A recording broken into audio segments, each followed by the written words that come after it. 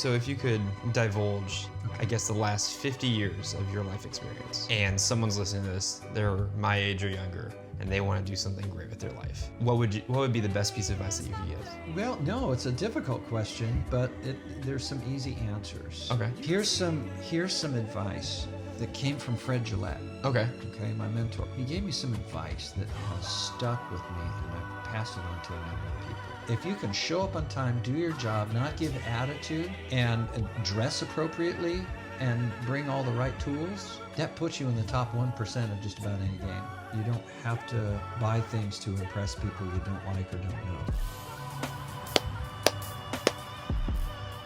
Here we are, season 2 of the Successful Failures podcast. Oh my gosh, this has been a long time coming. A lot of work in the background trying to make this happen and get this on the ground, but here we are.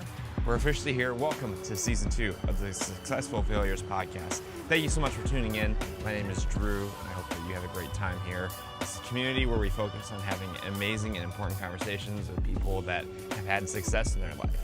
So today, we're going to start off season 2 with an amazing conversation with Chris Gillett. Chris has been making music both live and in studio for 40 years. He was born in California and lived there for 55 years, but now him and his wife live in Cape Coral, Florida. And one of his main goals in his life is not only to impact the world with his music, but also be a servant and help others where he can. Truly, this is an amazing conversation, and I think it will change your perspective on what's really important in life. So, thank you so much for tuning in. Hope you enjoy this. So I got the audio. I guess like the first question I would have for you is, what's your name? What do you do? Well, I'm Chris Gillett. I live in Cape Coral, Florida. We've been here for 4 years and a month. Okay. We came out from Southern California. My wife's from Napa Valley. She grew up there in Sonoma Valley. And we met when we were 19 at Pacific Christian College. And we've been together ever since. All right. So coming up on 40 years since our first date. So it's we've been together a long time. We've got 2 boys. My oldest boy just turned 30. He's a biochemist, and he's in Gainesville right now. And he specializes in DNA work and also fuel. So interesting. He's doing both. And my youngest boy, he is 26. He's in California working on a golf career and delivering mail. Delivering mail? Delivering mail for the postal system. So he gets up early, delivers mail, and then goes out and plays golf. And it's his life. he's single, and he's young, and I'm like, go for it. Yeah. So, so yeah, we're out here, and my wife's business with COVID went completely online. She was mostly online, and then with COVID, nobody wanted to see her, and that's when she realized we didn't need to live in California anymore. Yeah. And so she moved out here. We moved out here, and all of her clients are in Beverly Hills and Newport Beach. Okay. That area. Is that because you had a business over in California? So yeah, the transition was easy? her business was there, and she does bookkeeping and accounting for plastic surgeons. Oh, wow. So she's got a lot of high-end surgeons. Lucrative market. For them, it is, yes. And so, but she knows how to specialize in that. And so when she moved out here, she didn't skip a beat and has kept all of her clients. And so that works really well. She works from home. And in California, I was a musician, but I was teaching at a university full-time, teaching graduate and undergraduate church music. And I taught graduate jazz guitar and undergraduate classical guitar. Oh, wow. And music history and theory. I taught a variety of subjects. And so when we came out here, I had already started kind of what I'm going to call my retirement plan. Moving to Florida? Well, that was part of it. We had lived in the same house for 23 years, and it was about paid off. Okay. And California real estate, we got in when it was still affordable and had gone through. So interest rates had dropped down to about 2.6, 2.7, something like that. Oh, man. We pulled everything out of our house that we could, as much equity out of it as we could. And our payments actually went down, and we were used to that. And then we took all of that cash and we paid cash for a 4-bedroom, 2-bath rental house by Disneyland. And we rented that slightly discounted because we rented it to our pastor. Okay. And the only way we could get him to move out to California, he was a friend of ours, was, being able to afford, he had a bunch of kids and they needed a big place. And the church was a smaller church and really couldn't pay enough, to get a whole family out there. Yeah. So we got him into a good house, and he rented that from us for years. And then when he went to Kentucky or something like that, we sold that. And we bought this house as a rental, and we had a ton of money left over. And so we started buying properties in Georgia. Okay. And so I buy properties in bad shape. You mentioned you've done some construction. Yeah. I buy them in bad shape. I renovate. So I'm sort of a flipper, but I flip for rent. Okay. Not for sale. And so we've currently got 9 properties running up in Georgia. And then we own one house up in center of Cape Coral. Okay. A 3-bedroom, 2-bath house. So about 10 rental properties. We have 10 rental properties, and I still have a number of them that I'm renovating in Georgia. So I run up there and work for a few days and come back, and then we get them rented. And then the goal is by age 60, almost 61. So I've given myself a year, year and a half, is to have everything rented, turn everything over to a management company, and turn off my phone. Yeah, and just let it accumulate. And then we don't touch that money. And then we just let that roll into more properties. If I got to go up and fix up a property, if we buy one or whatever, that's just going to roll over, and we're not going to touch that for 10 years. And then that'll give us the ability to retire in style, retire comfortably. And then really working to get a good, something to pass down to my kids. Yeah. And to pass down to my grandkids, if I ever have any. Yeah. They say a good father is providing for his children after his life. A great father is providing for his grandchildren after his life. And so we're trying to get some investments that is just handed to them and gives them a leg up. And, the world they're growing up, the world you're growing up in, it's a little tougher. Yeah, it's a bit different. Especially for property and those kinds of things. So we're doing what we can. And so my career here in Florida is to get that done, but also make enough money so I don't have to touch any of the investment money. So between my wife's business and the utter craziness that I do down here, is what we're doing. And so since we've come down here, I've been doing all sorts of things. I heard you said concrete cutting for a bit. Okay, so when we bought the home, we needed a remodel, and a lot of what we needed to do required a contractor. And so I found a contractor that let me do a lot of my own work. And then he decided he liked my work. And so I've been subcontracting for him for a variety of things, everything from concrete cutting, some trimming things out. We helped trim out an ice cream store. And just some of it is just concrete work is hard work. Yeah. Those were some long days. I remember I got done at the end of the day and I wanted to clean up. I couldn't lift my broom. Yeah. It's just like, I'll come back tomorrow. And wanting to be a musician, but my first couple of years down here, I couldn't buy a gig. Nobody wanted to hire me. And it's like, hey, I've got degrees in music. I'm a session musician. I've played gigs my whole life. I taught in a program, and nobody down here, of course, cared. Yeah. 'Cause they didn't know me. And so I started playing with these pickup bands, with big bands that were, for free, community bands.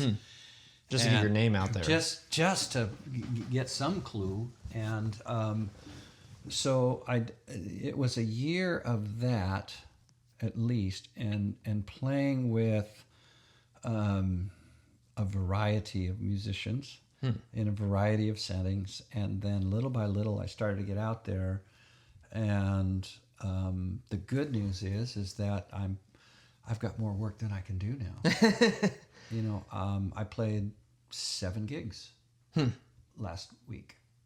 Oh, okay, geez. 7 good gigs. I was gonna say, did you have to double up on a day? Oh yeah. Fridays is usually a double, and I had a few weeks ago. I played 3 on Friday, and then back to back at the London Club on Saturday. So that was 6 hours. I played 5 gigs in 2 days. Okay, jeez. Yeah. So a lot of times when people, I've heard many people say like, oh, you need to, get a 9-to-5 job and that's how you're going to make money. And you're the obviously opposite of that. How did you get into this? I was locked into that, Oh, really? I think I felt trapped, honestly, I hated teaching. I hated my job from day one. The first summer break, I was looking for other jobs, and I can't do this anymore. And I just remember I was so tired, and everyone said, hey, your first year's bad, and then I'm looking at a full summer break, and I'm thinking, okay, I got 2 months off. All right, I can do one more semester. When you're a college professor, you work 32 weeks a year. So you get 20 weeks off if you're lucky. There's prep work and stuff like that. So I was literally just living from break to break. And I'd get to Christmas break and I'm like, okay, I can do one more semester. And then you got kids, you got a mortgage. Life. I'm busy, you got life. And, I've got these degrees that I'm using. And honestly, I felt trapped, but I hated my job. It did what I needed to do, I guess. Maybe it's called work for a reason. Yeah. Gives you motivation. Right. But when, we came out here, it's like I don't have a job. And so my first thought is, do I go find a job? We had the rental business going. And we knew that we'd be living off rental income for a while. We knew that would be the case. But then it was like, well, what am I going to do down here? And I went to I did some interviews and stuff like that. And I thought, I got the studio going. I was doing that. I started doing construction work. Yeah. Everything from demo work to finishing stuff up. I had the rental business. When I first got down here, the management company, real estate company that managed this house for us when we had it originally as a vacation rental. When I got down here, they're like, well, you want to come work for us? So I was doing handyman work for them and getting units ready. And then there's like, why don't you get your license? So my son and I, who was down here with me, we got our real estate license. Yeah. So we're selling houses. We're fixing houses. Add that to the list of things you can do. So, and the one thing about real estate licenses in Southern Florida is I think to live in Cape Coral, you're required to have your real estate license. I'm pretty sure. I'm pretty sure too. It's rare that you don't. It's rare that you will meet somebody that doesn't have a license. They hand you the business card. It's going to be some broker somewhere. Yeah. But we did that, and we hit the boom. And my son and I, we were selling houses in one day, and that was good. Was that like early 2000s? Right before Ian. Okay. So that was 19. Right before Ian, yeah. And wow, houses were going up. We bought our house right before the boom, and our house tripled in value in 6 years. Oh my gosh. I mean, honestly, we couldn't retire in this house now. I'd have to go back to work for 30 years to pay it off if we were to pay for what how properties are going for. Yeah. And but we were selling them, and then Ian hit and changed a lot. You kind of, in Cape Coral, Fort Myers, Southwest Florida, you sort of have two histories. You have the pre-Ian and the post-Ian. Real estate changed very much down here. You know, I mean, I hate to say it, but we were selling piece of junk houses for 10% over asking in 2 days. Yeah. You know, now I see stuff I wish I could buy because stuff is going for a bargain. It'll turn around, but all of a sudden, you know, we're not making money in real estate. Yeah. You know, and so I'm doing construction. I'm out playing all of these free gigs. And a friend of mine came along and says, "You're a teacher, right?" I said, "Well, I don't like teaching." It goes back to that. And then they're like, "Well, Lee County needs substitute teachers really bad." I said, "I'm not subbing." I said, "I will kill a student. I'll be in jail." I said, but it was to teach English second language. And I really didn't want to do it, but my wife sent in the application.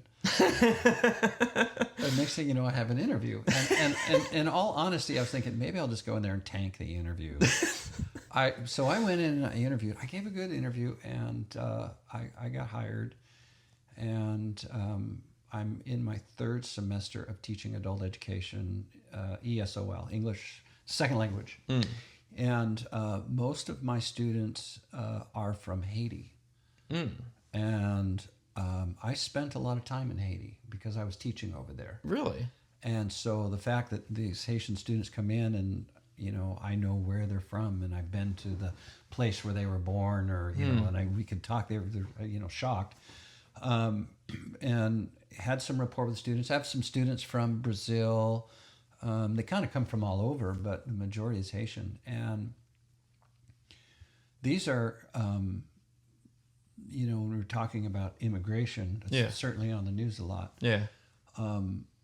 These students, these immigrants, they've been here anywhere between 3 months to maybe a year. And I've got 2 MDs in my class, one from Cuba and one from Haiti. Coming over trying to learn English and get established as doctors here. Jeez. I've got lawyers. I've got construction workers. I've got people starting business. I've got tech guys. I've got teachers. Yeah. And it's definitely different than what you would assume or was told that is coming over. Yeah, I had no idea what I was going to be faced with, and you know, I'm definitely pro-immigration. We're a nation of immigrants. Yeah. You know, my family got here in 1630. We've been here a long time. But you know, we're a nation of immigrants. Yeah. And I'd like us to make it easier to keep the bad people out and easier to let the good people in. Yeah. You know, I don't know if you've ever seen what's going on in Cuba or Haiti. Yeah. But I'm like, hey, if we can get them over here, help them out. These are some great people. And all of a sudden, I'm enjoying teaching. You know, and Interesting. I don't think it was the teaching that I hated. I think it was where I was teaching and who I was teaching. Okay. And I'm really enjoying it. I'm in my third semester, and I try to make it clear that with the students, I want to do everything I can to help you. Yeah. That's why I'm here. And so I teach in the mornings. It's exhausting. It's a 4-hour class. Monday through Thursday, and I get up early. But it's, you know, I'm on my feet and I'm moving and it's active, and I'm, you know, your brain's working, and you know, I should be retired, and I'm working hard. I get done, I come home, I take my nap, and then I go out and play a gig. And I'm playing all over. I play every Tuesday at the Cape Cabaret. Yeah. In the jazz room. Where we met, I'm playing, I'm supposed to play one night a week at the bistro, maybe 2, and I've been there 3. But I'm playing there. We've been playing at the London Club, which is an interesting room. Playing all over. I'm with the Naples Dixieland Band. Oh. And it's off season, but when they're on season, we're busy, and that is a good band. I'm playing with the Firm, and the Firm is really two bands. It's a jazz group that plays in the jazz room at Cape Cabaret, and then it's an R&B dance band with a horn section. Ooh. And they're good. I'm having a good time with that band, and I bet you can really jam out and try new things with a band like that. oh yeah, and it's a party band. And we have a good time, and we play all around, and I've got more work than I can do now, and so I had to have the talk with my wife. My wife had to have the wife had to have the talk with me. She says, "You're too busy. You can't do construction anymore unless it's your own properties. Okay, you got to get those done." She goes, "The teaching's fine." She goes, "But you're a musician, and That's the end goal. you need to focus on the studio. You need to focus on the playing. And I really don't want to teach guitar lessons ever again." I've had some good students. Yeah. And I enjoy that. When there's some real learning going on. But I taught in a school of music for a while, and I was an expensive babysitter. Yeah. And I'm just like, I don't want to do this. I'm so bored. Yeah, and it's probably predicated on the student itself. You don't get a lot of students that are... When you have students and you see the light going on, and they're learning and they're excited about it, Yeah. I can do that all day. Yeah. So I don't know. I don't know if I'm ever going to be able to give up that teaching job. I don't know if I'll be able. The teaching can be energizing. It's exhausting. Yeah. But when you get done at the end of the day, and you're exhausted, Yeah. but you feel good and you're energized, Satisfied. I can work like that all day, every day. And I don't think I'd ever stop. I've had some friends that were older than me that retired, and they're miserable because they got nothing. They don't do nothing. Yeah, it's just them, right? It's just them and their wife, and they don't get along with their wife. They're just like, And I got other friends that retired, and they technically retired. Yeah. And they're busier now than when they were working full time, and they're just loving it. So It's more passion stuff, or... yeah, a lot of them were people that worked for a church full time, retired from that, and then went into full-time ministry as a volunteer. And Which is a lot of work. it's a lot of work, but it invigorated them. And I guess that's the other thing. I'm real involved with the church. My wife and I are very involved with our church. Yeah. I've worked professionally for churches. I've been a church music director, and that can be good and difficult. Yes. And I'm enjoying being a volunteer. But we're very busy with our church. We play in the band. My wife and I. She does sound sometimes. We're real involved with Bible study. I teach a Bible study, and I think retiring means that financially I'll be in a position to where I can do more for the church again. And I think that's kind of what we want to be.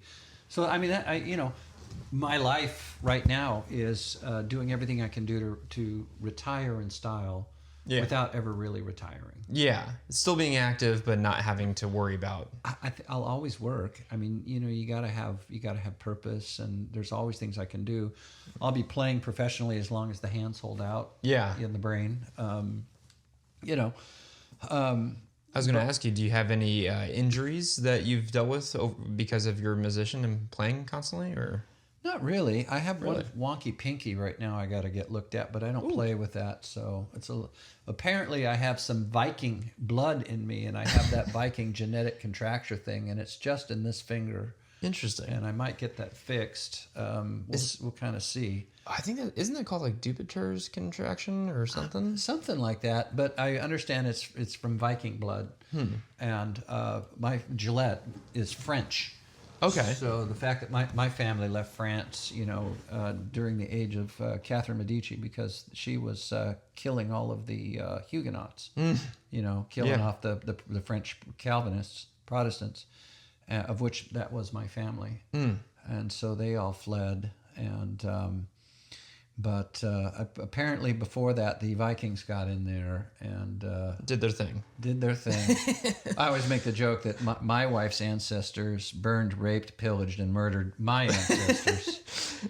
But in the mix of that, I've received some of that genetic stuff that gives me that. So I'll get that. But Yeah. no, I haven't ever had any injuries. I was starting to get a little tendonitis kind of a thing at one point when I was younger. And I just worked on playing more relaxed and took a break for a little while, and it went away, and that was years ago. But I've been lucky. I know a lot of musicians have had, either vocalists or people that use their hands have had injuries that have made it difficult for them to play. Yeah. My guitar teacher, great musician, a guy named Ron Eshday, and marvelous musician. He was in Gene Harris's band forever, worked with Diana Krall and studio guys, played with everybody, Louis Bellson. He's got his own, he's had his own thing going for a long time, the trio. And, every jazz guitar player, anybody that's gotten serious about jazz guitar is like, ooh, Ron Eshday. And I got to study with him, which was great. And he's got to practically glue the pick to his thumb now just to keep that in his hand because he can't hold a pick. Really? He's got the thumb pick, and he's had to learn how to redo a bunch of stuff. And So he's had to relearn how to play because of that. Yeah, just to make up for injuries. He's got the brace and all that, and But I assume it's his life. Like, that's what he loves to do. that's all he does. He plays the guitar. He plays it great, and so he's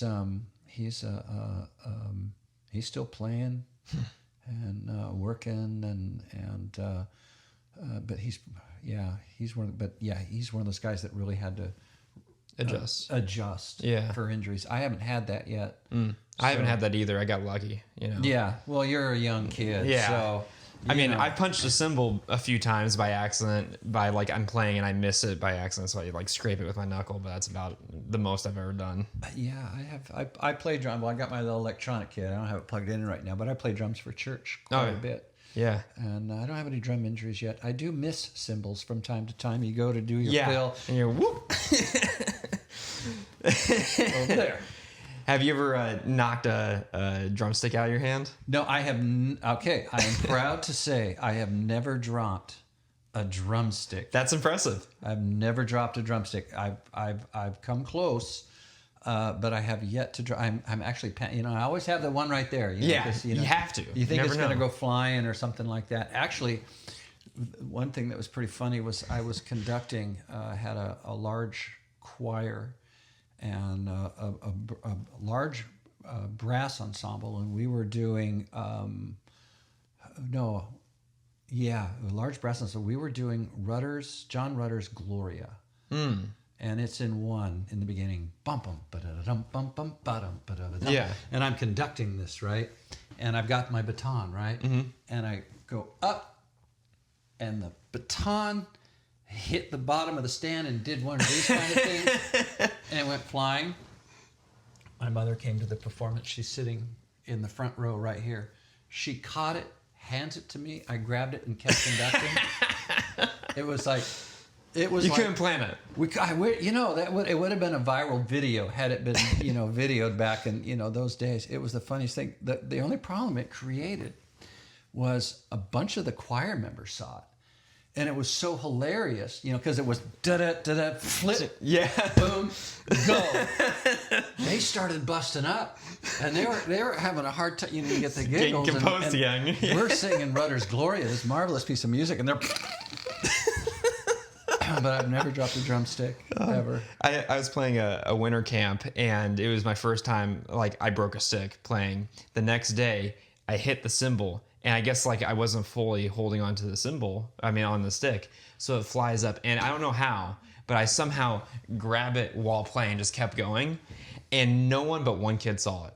And that one kid, he's like, "How'd you do that?" I'm like, "I don't know, man. That was a moment, you can't replicate it." The only time I really almost dropped a stick, I fumbled it, I caught it. Yeah. Is because my kids came to church and I'm playing in front of them and I was so nervous. Yes, yeah. Playing in front of my kids, but because my kids are both amazing drummers. And they studied in California, one of my best friends and a drummer that I worked with a lot and who I played with at church all the time was a guy named Artie Rodriguez. Art, you've heard him. He did all kinds of, he was with the GRP All-Stars, Lee Ritenour, Tom Scott. Yeah. You know, first time I saw him play was at the Playboy Jazz Festival with Lee Ritenour. You know, he was with Ricky Lee Jones. I mean, his list of credits and recording credits is insane. He's one of the top session guys in Los Angeles. You know, he did a bunch of Bette Midler records and he just played with everybody. Yeah. And he was in some of my favorite jazz groups. He was in Tom Scott's band for quite a while. I used to watch him when I was younger. Pat Sajak had a talk show. And in that band was a young Dave Koz and Tom Scott, and this band was just amazing.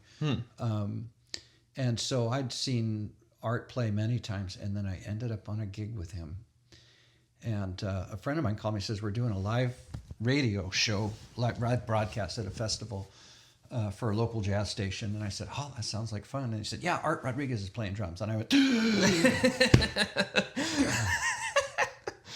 and I thought, oh no, I was so nervous. I was nervous 3 days before the gig. And I show up and I get there early, you know, and Art's not there yet. And Art comes in, right? And I'm expecting full on LA, yo, dude. Yeah. Come in, hey, you know.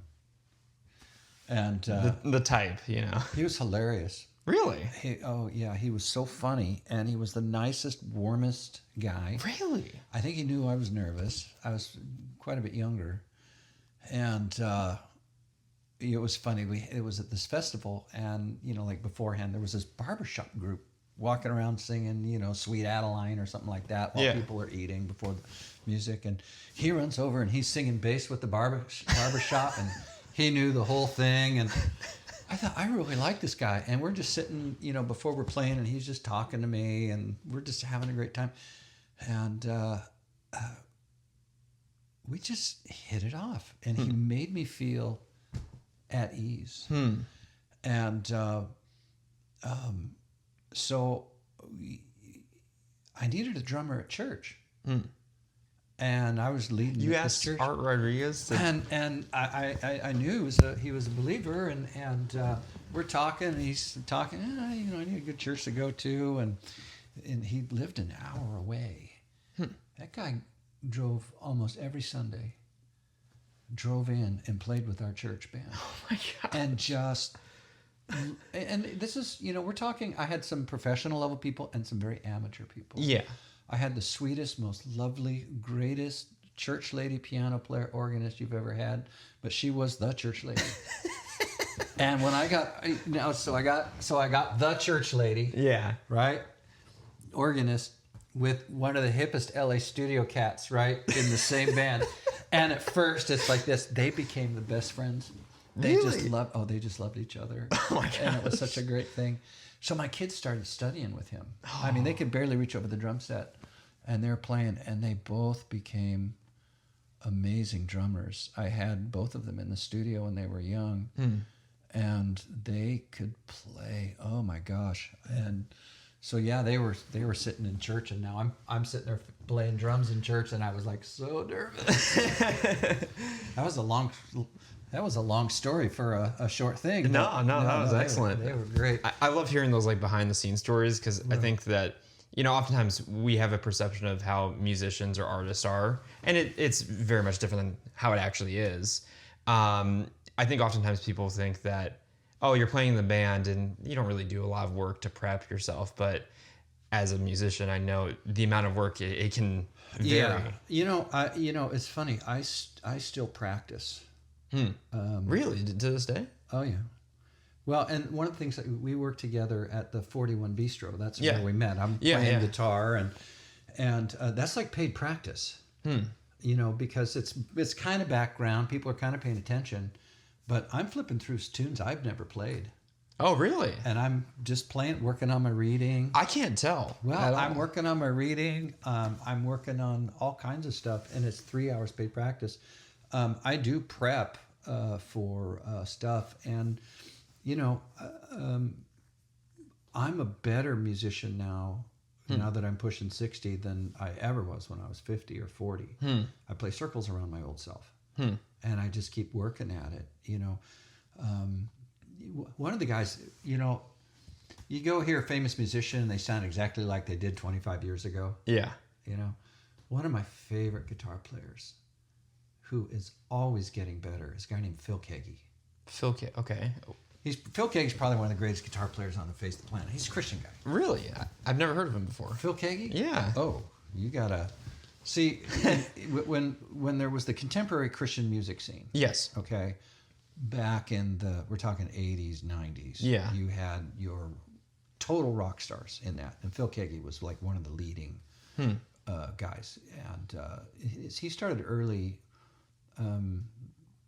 Jimi Hendrix was asked about him, and Jimi Hendrix thought he was the best player in the world. Really? Back then. And but we used to go listen to Phil play, and it was just I'd go listen to him play live, and then I'd want to go home and practice. And he just brought that out of you. Yeah. And so I'd listen to him and listen to his records and stuff, and I'm working on this. And so we, a little while later, we'd go to a Phil Keaggy concert, and I'd be like, all right, I got a lot of this stuff down. And then he'd have a whole new thing. And I'd be like, and he's one of those guys, every time we go hear him in concert, he'd gotten better. I mean, he started as one of the best.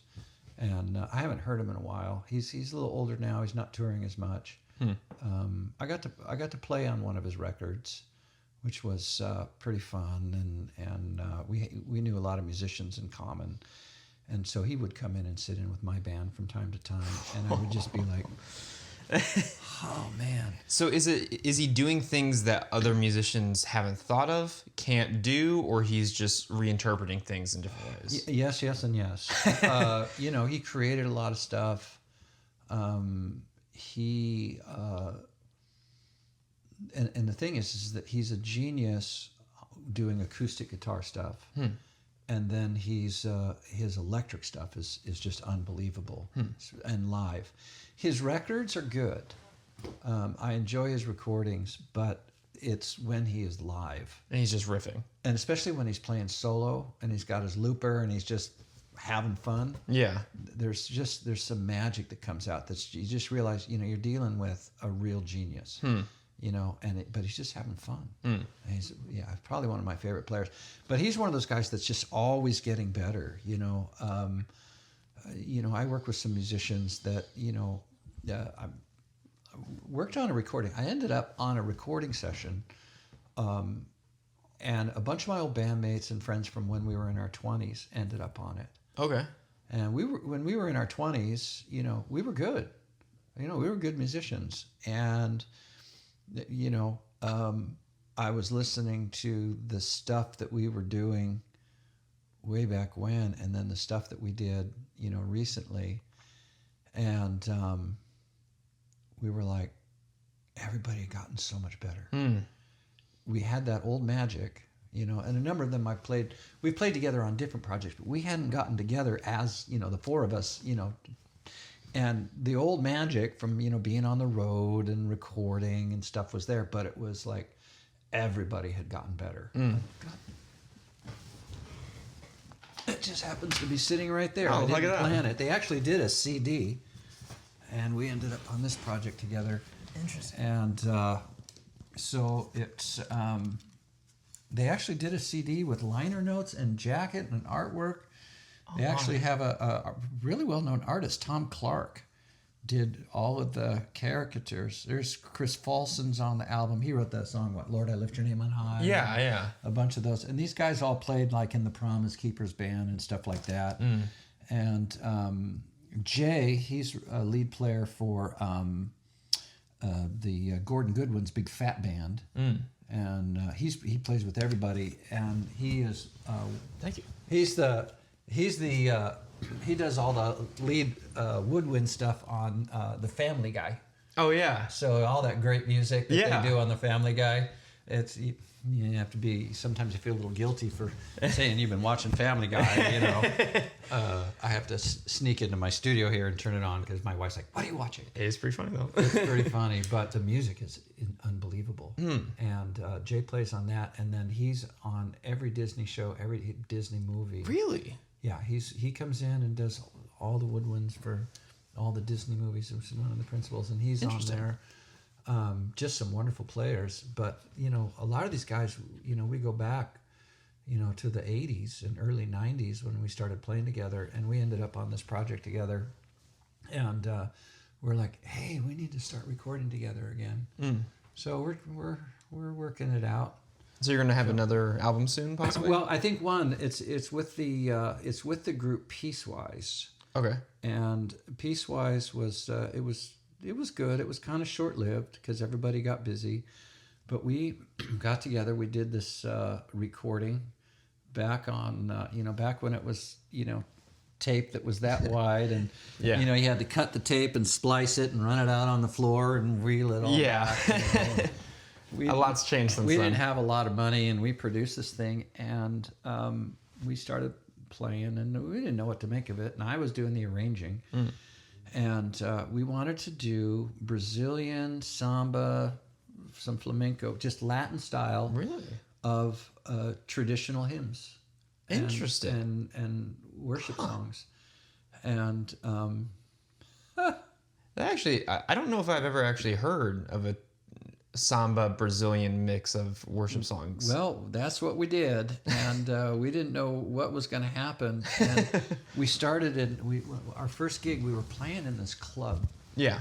There was a gospel artist named John Gibson. Okay. He was very popular, and he had this club, and all of us had worked a bit with John, and Yeah. so we're playing in this club, and that's kind of where we started, and people were like, they never heard anything like that before. That's really cool. Yeah. And so we did a recording, and then we played for a church music festival in Long Beach. And so we had a bunch of people from the Midwest there that went, and the South that went. So long story short, we ended up on tour for a couple of weeks. And we ended up, where we went first was we landed in Kansas City.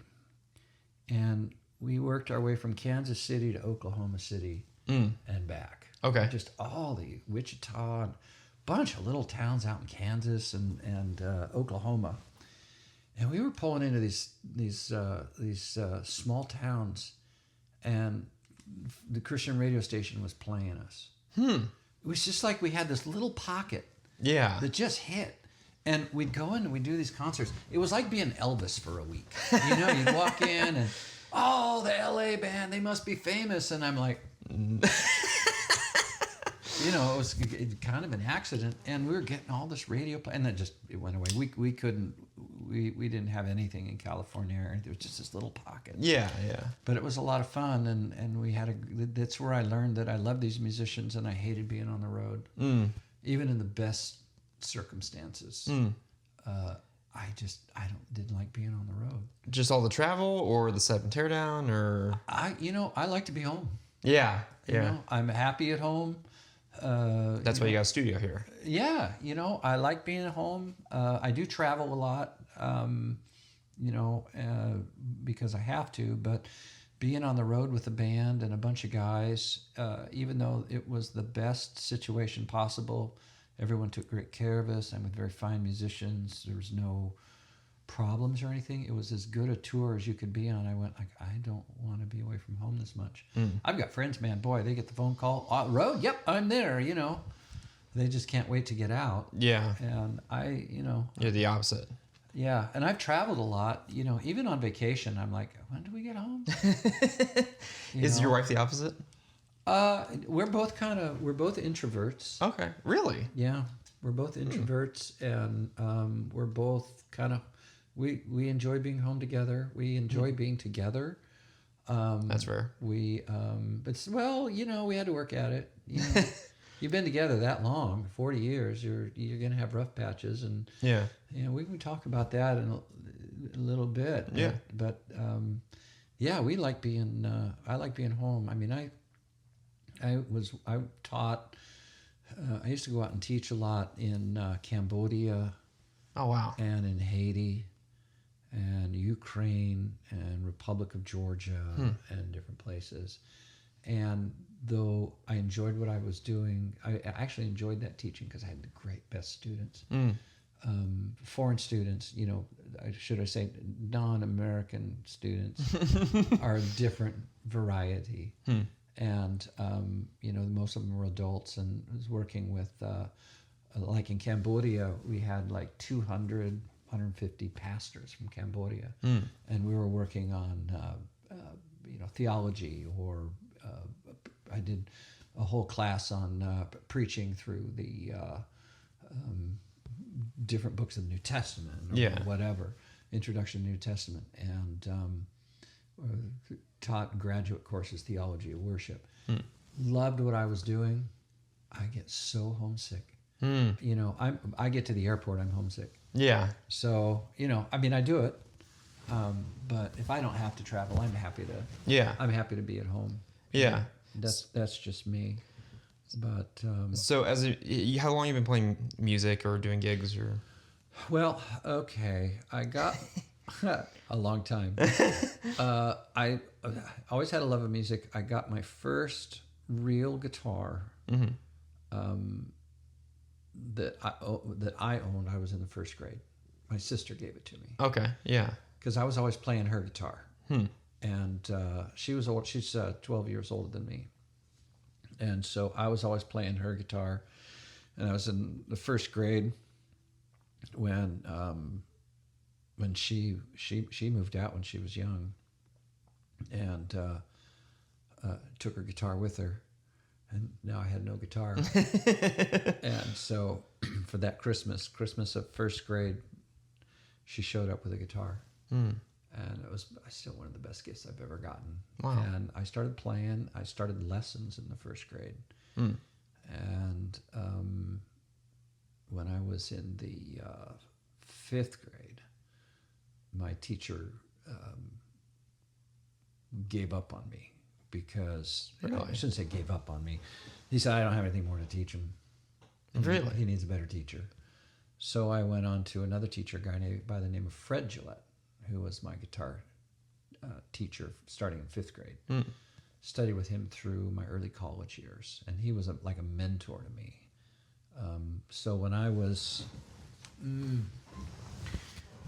15, he was taking me out on my first professional gigs. Oh my gosh. And we were playing some really great places.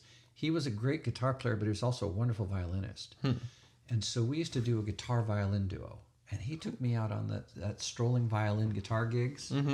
Took me on those, but stuck me in his dance band, all kinds of stuff, mentored me, kicked my butt. Oh, he was hard on me.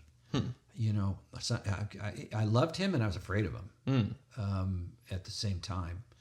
And he showed me like deep appreciation, and then he would kick my butt. And he would make me so happy, and he would piss me off so bad. And but probably one of the greatest influences. But he had me out playing jobs before I could drive. And I remember one of my first jobs, we were out playing, and this was a strolling job, so all the music had to be memorized. Okay. So I've got 3 hours of music I've never heard in my life memorized now. All of the old classics, not things high schoolers are aware of, And so I'm learning these things and memorizing these things, and we're playing in Newport Beach, a very fancy place called the Balboa Bay Club. And there's this old guy sitting in the corner, and Fred looks at me and says, "Do you know the song When You're Smiling?" I said, "Not a clue." He's like, when you're smiling, the whole world smiles with you. I'm like, I've never heard it. He goes, "Well, we're going to play it. Key is C." So we go C, C major 7, C7, 2-5 down to F, and it's just some 2-5. Just listen, you'll be fine. Okay, so we get up there and play it, and this old guy's just kind of looking at me like this, and we get away, and he says, "Thank you," and we walked away. And I said, "Well, how was that?" He goes, "You weren't even close." I said, okay. I said, that old guy probably didn't notice. He goes, oh, yeah, he did. I said, how do you know? He goes, he wrote that song. Oh, no.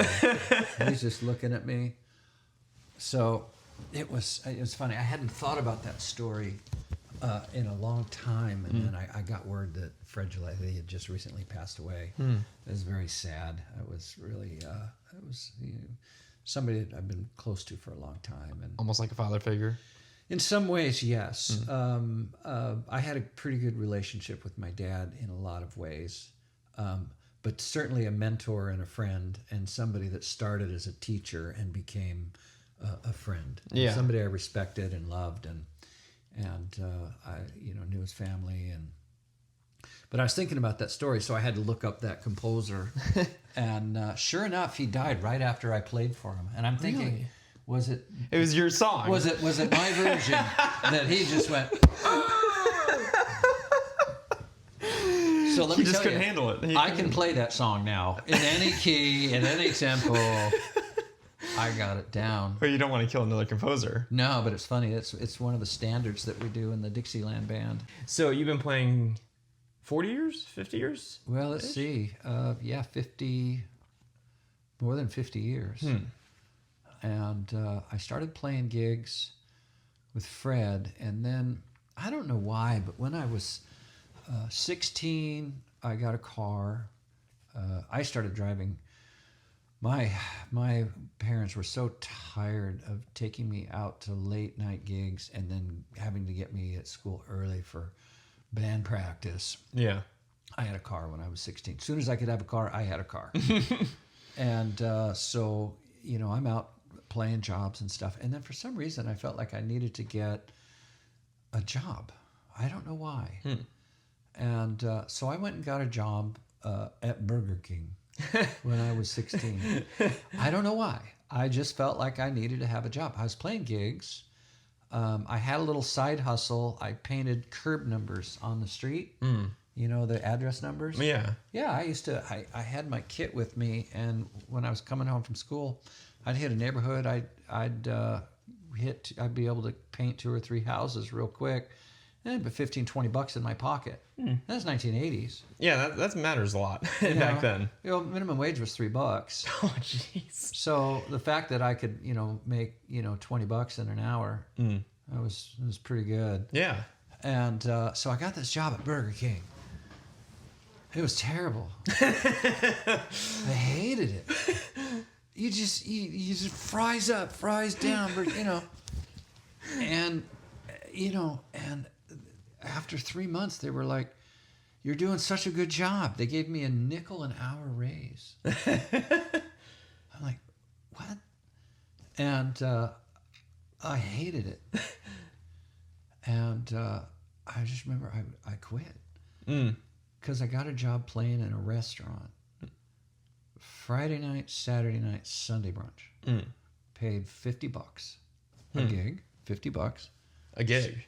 Yeah. Oh. Now keeping in mind that that's $3 minimum wage. Yeah. So not bad. So $50, and I'm making $50 a night in tips. I'm making $300 a week. Jeez. Working weekends in the evenings for 3 hours. So I'm making $300 a week in 80s money. Yeah. That's like having a minimum wage job. That's like working 2 minimum wage jobs. Yeah. It'd be like making $30 an hour right now for that time, $40 an hour.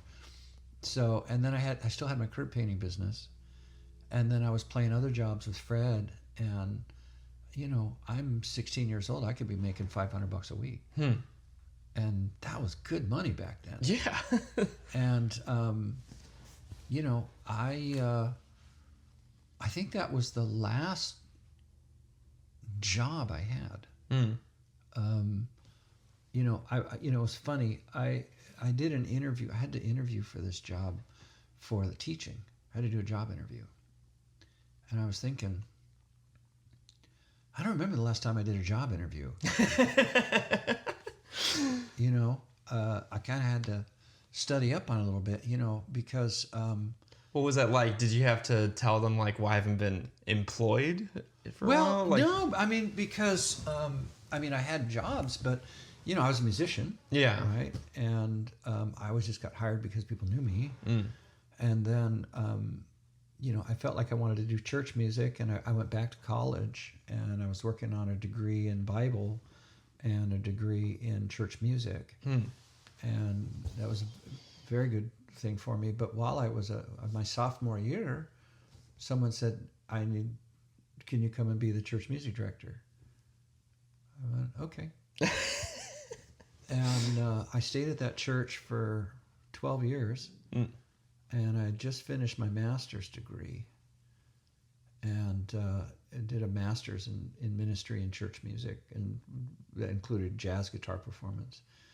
And the university came and said, hey, you want to come teach for us full time? And I went, okay. all right. So I went and taught for them full time. And then, anytime I've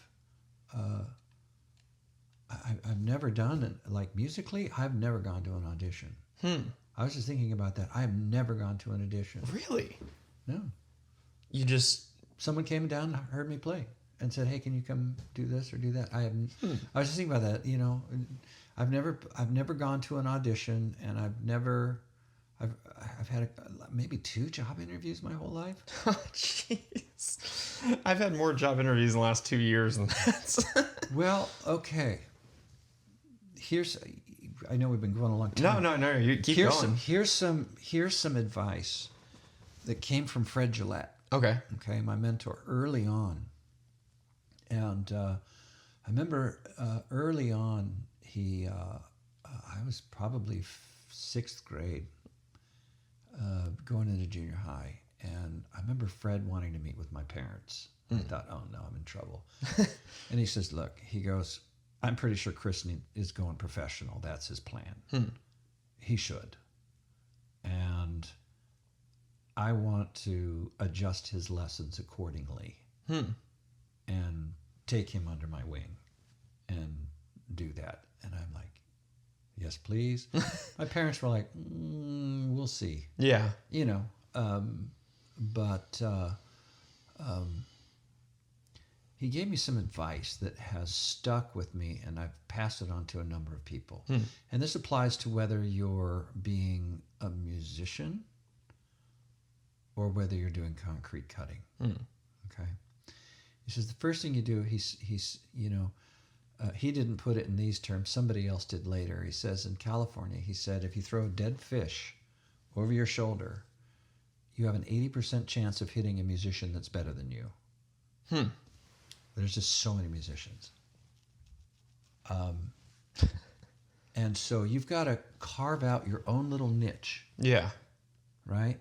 You've got to be able to, you got to find your corner and make a place for yourself. No one's going to give it to you. Just because you're good, nobody's going to make you famous. Yeah. You've got to find what it is you do well, find that niche, and then do it better than anybody. Do your niche. I said, okay. And so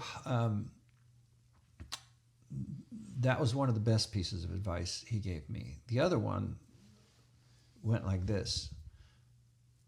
If you're on time, you're late. Yeah. You always have to be early. I've only been late to 1 gig in all the years I've been playing. And the reason I was late is I was on the 55 freeway, and there was an all freeway shutdown accident. And I couldn't back up, I couldn't get up, and I was probably 2 miles from the job. And you're just stuck. And I can't go anywhere. This is pre-cell phone days. It goes back that far. Jeez. And I got there, I was 5 minutes late. 5 minutes late. And the only reason I was 5 minutes late was because I would have been an hour early. I was 5 minutes late. And I felt terrible. And that was probably 1990. Been late to 1 gig.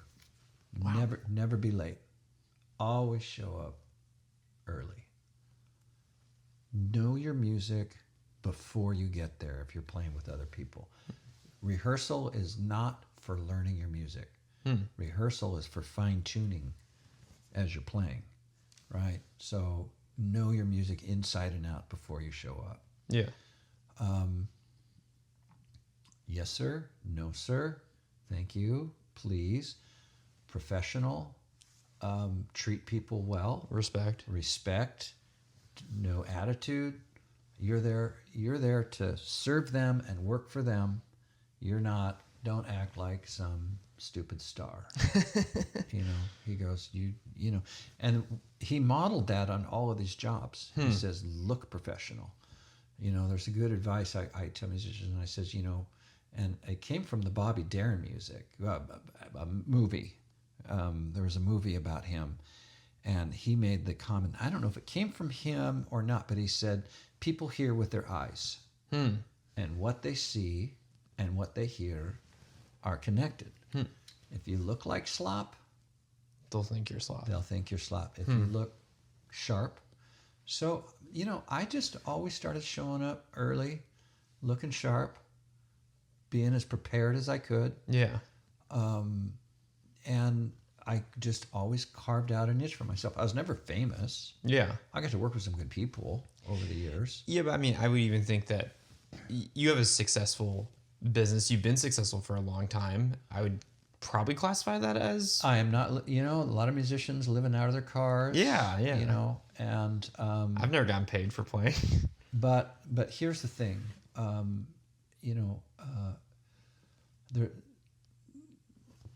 that advice that I had learned, showing up prepared, showing up early, carving a niche out for yourself, finding your place, right? It's really creating your own game. I've done that with the property business, with my side hustles, like for instance, if I wanted to go into full-time concrete cutting, I could probably kill it down here. I show up on the day I say I'm going to show up. I'm done when I say I'm going to be done. I clean up. I do the job properly. I make sure I have everything, and people don't have to worry about it. It's funny how that's the baseline that actually makes quality right there. You know what? If you can show up on time, do your job, not give attitude, right? And dress appropriately and bring all the right tools, okay? That puts you in the top 1% of just about any game, especially down here. And it's true with musicians too. And so this was the other thing. You're in a room with 100 guitar players that play better than you, as good or better. Okay, and okay, great. How many of them can read? Okay, well that eliminates half of the room, right? Who can show up and actually read? Okay, eliminates half of the room. How many can show up on time, dress appropriately, and behave in an adult manner? Well, now you're down to a handful of guitar players that you're competing with. So it's out of those guys that you got to do your niche with. So you're not really competing with 100. You're competing with the guys that get it. The same with concrete cutters or construction guys or demo guys or whatever it is. Find your niche, right? Carve out your niche. And it's basic. Show up on time. Do the job you say you're going to do. Do it professionally. Treat people well. And you can do well. Now, have I made mistakes? Have I not always done that? Of course. Of course. That's why we're on the grace system. Yeah. But, that's probably the best advice I can give anybody. Why do you think that's so hard for other... I'm just going to talk about musicians because that's your lane. Why do you think it's hard for other musicians to do that? Well, I think it's just human nature. Okay. I think it goes down to a couple of things. I think we want to be served rather than serve people. Oh, yeah. And I think, I think if you can recognize that there is satisfaction in living a sacrificial life, serving others, doing what you can do to help other people, recognizing that God has given you gifts to bless other people with. And I think when we start to recognize that and we start to live that way, suddenly it doesn't become about me. It's not all about me anymore. Yeah. It's about and what happens is, I think, is as we are willing to give away those gifts and those blessings. Everybody has gifts. Everybody has blessings. Everybody has something. And if we begin to share that, what we receive in response is a lot more. You know, and that starts, I think, with compassion, with understanding, with giving forgiveness, with giving acceptance. Yeah. I think as we live that life, and then as we realize that it's better to give than to receive, and really live that way, it's amazing how much you receive. And it not necessarily financial, but just in blessings and in friendships and in relationships. And I think that's the way. And it's taken me a long time to start to figure this out. I'm not telling you I've got it all figured out, but these are things I'm learning. Yeah. I was at Dave Ramsey. Yes. A little bigger podcast audience, I imagine, but you'll be there. What's he talk about? He goes, live like no other so you can give Like no other. And I think that's good advice. I think that, just trusting that God really does want the best for you. And that's not necessarily financial, but a lot of times needs will be met. And I think there's a lot of peace in that. I think working hard is important. And it's not always about making a lot of money, but I think working hard, it just, for me, makes life better. I do have times where I'm lazy. Yeah. There are just times where I'm like, I'm watching TV today. Yeah. I'm watching golf. But there is some satisfaction with putting your heart to your work. Yeah, and getting done at the end of the day and realizing you've done everything that you can do. Yeah. And trying to pass that on to your kids and people around you. It was Hurricane Ian where I discovered that my boys had become adults.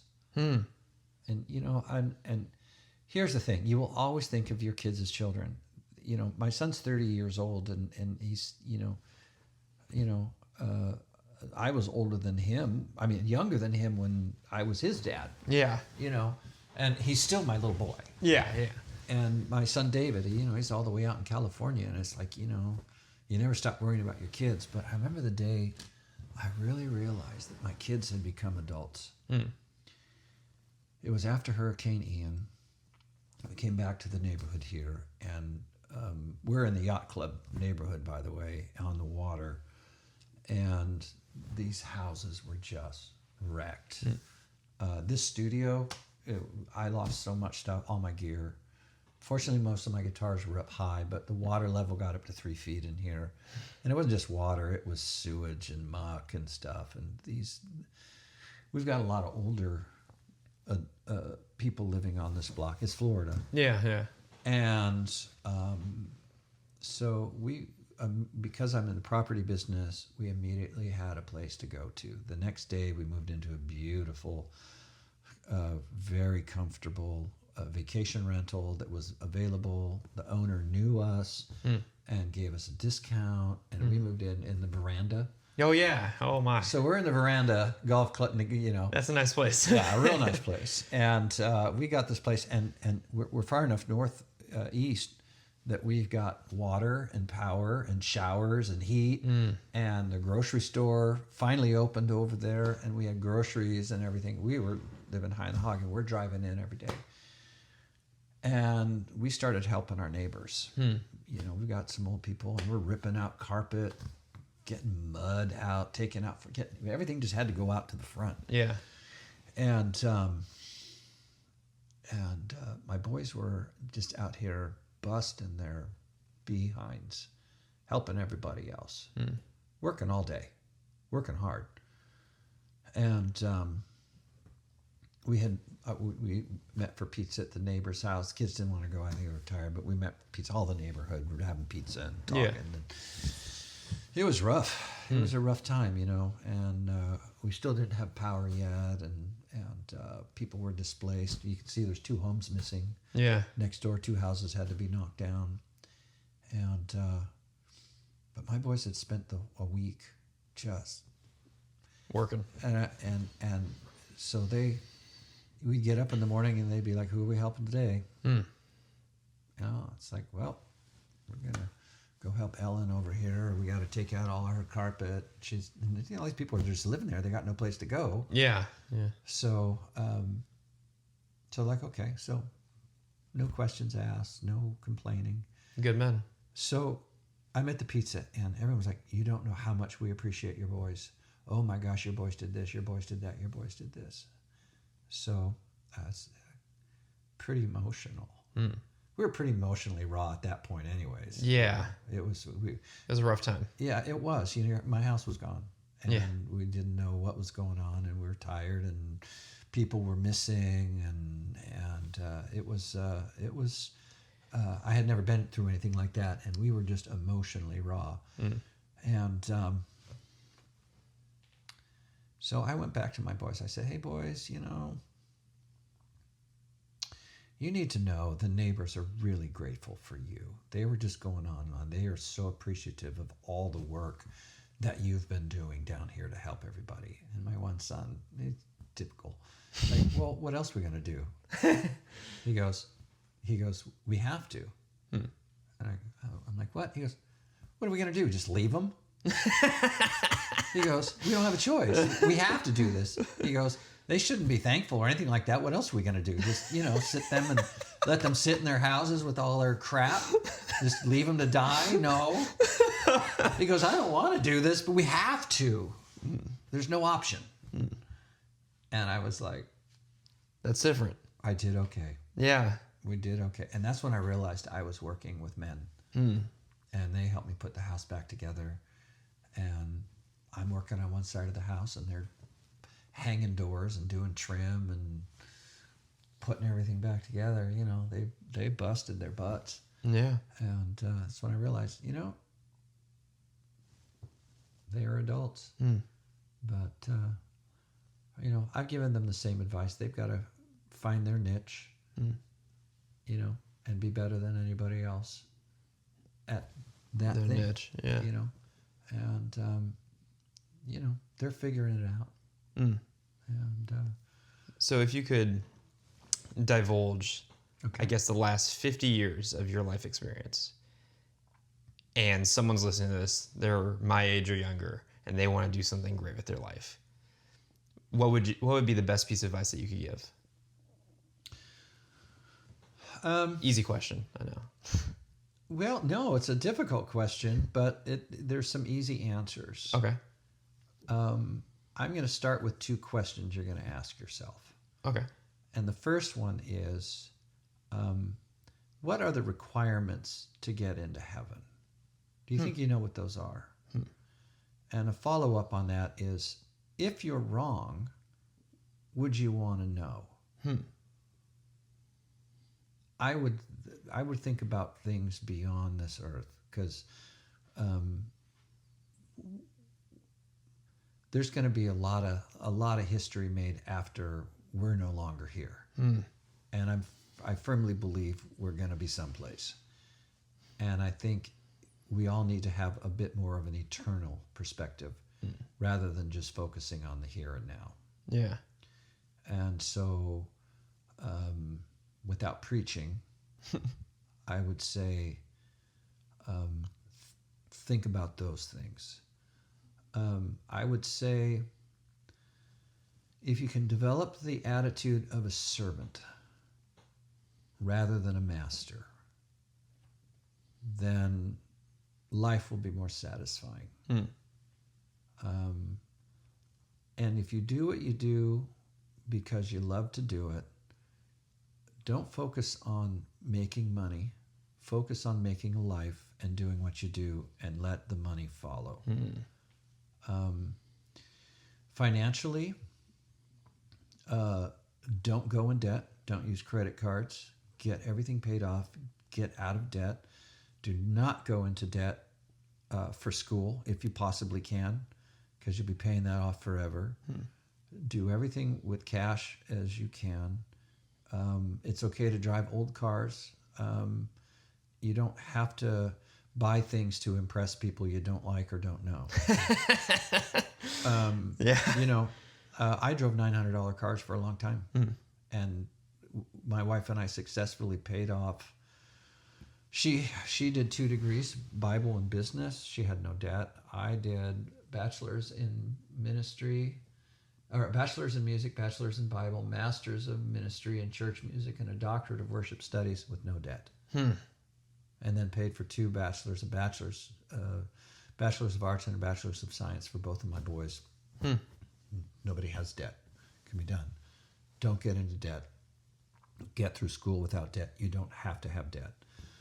It's okay to drive old cars. It's okay to buy your clothes at Ross and Target, even if you're making $200,000 a year. You know, I was just saying it, you know, my wife and I guess if we wanted, we could go buy a new Mercedes and start shopping at Nordstrom.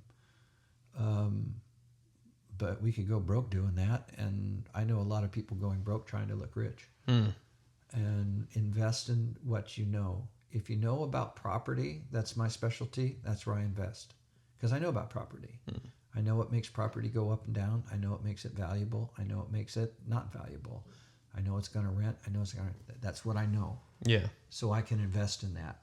I don't know anything about the stock market, how stocks work, bonds, anything like that. It just makes my head explode.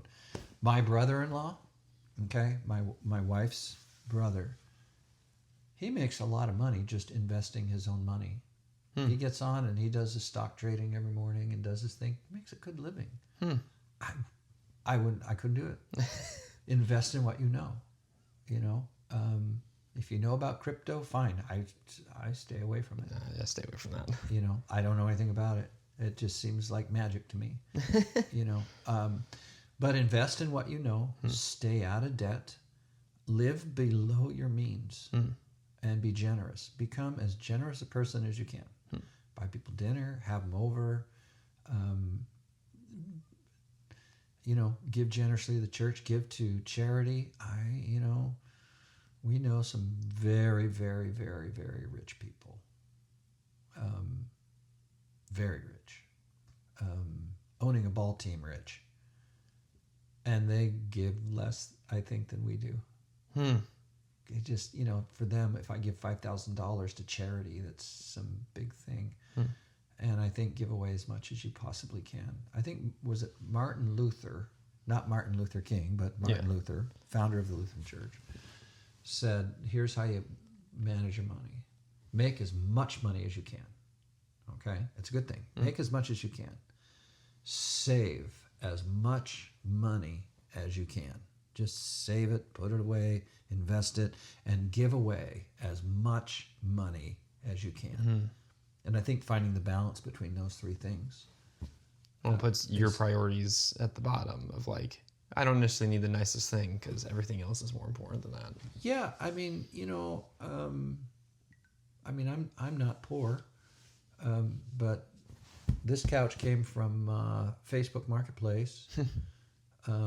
Most everything in this room I brought back from travels and places I've been, but we furnished our home, most of it from Facebook and OfferUp and all of those places. Most everything we could find what we needed there. You know, Florida is the land of unused furniture for sale. Yes, it is.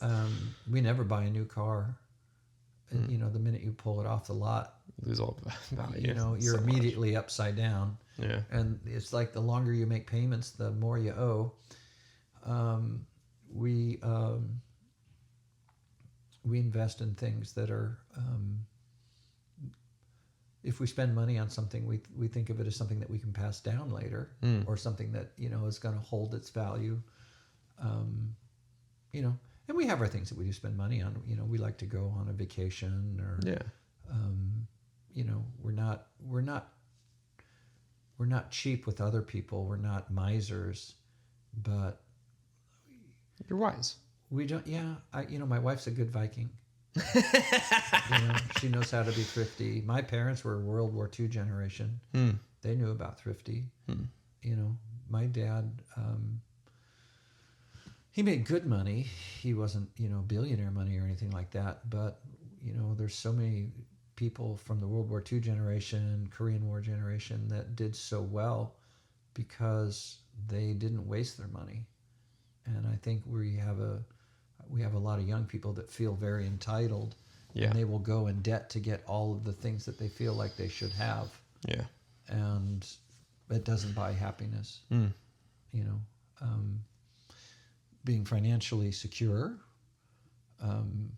being ready for an emergency, those kind of things. That's kind of what's made us, secure. And you can do things up very nice on a budget. Yeah. Yeah.